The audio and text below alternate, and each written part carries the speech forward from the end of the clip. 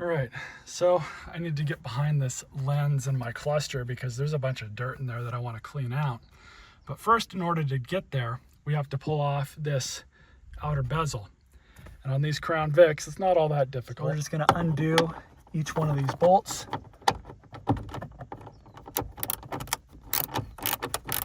Just like so. There's one.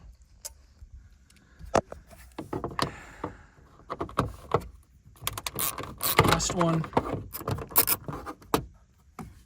So for these types of jobs with plastic, I like to use these plastic trim piece removers. You can get these at Harbor Freight or on Amazon.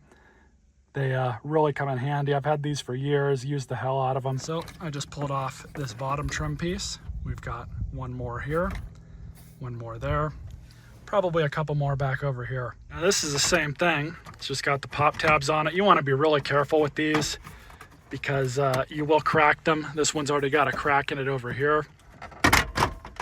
But I'm just going to kind of angle this out of the way as best I can, just in order to get to these bottom bolts that are holding the rest of this bezel in place. So that came out accordingly.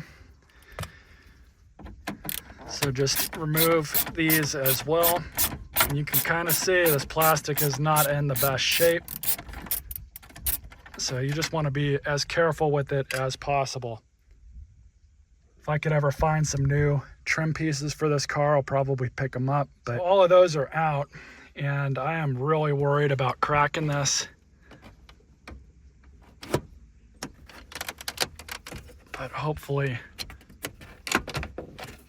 it comes out okay. It looks like it is.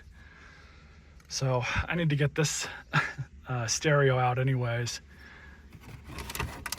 But there we go for that. And we'll see how much easier it is to get to the cluster.